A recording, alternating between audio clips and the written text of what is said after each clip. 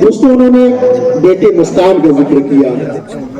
जब यही बेटी माँ बनने का शरफ हासिल करती है तो उसके कदमों के नीचे जन्नत रख दी जाती है। माँ एक ऐसा उन्वान है, माँ एक ऐसा उन्वान है कि दुनिया के तमाम शुराए किराम सुबह क़यामत तक अगर माँ की अजमत को बयान करते रहे तब भी माँ की अजमत का हक बयान नहीं हो सकता। कि तेरे दामन में सितारे होंगे तो है फलक, मुझको अपनी माँ की मैली ओढ़नी अच्छी लगी। हमारे घर की बर्बादी कहाँ से ये कहाँ आई, इधर टूटी है तलवारें इधर जख्मी ज़बां आई, और बहन तो ले गई कहने मका था ले लिया भाई, मुझे तो फिक्र जन्नत की मेरे हिस्से में माँ आई।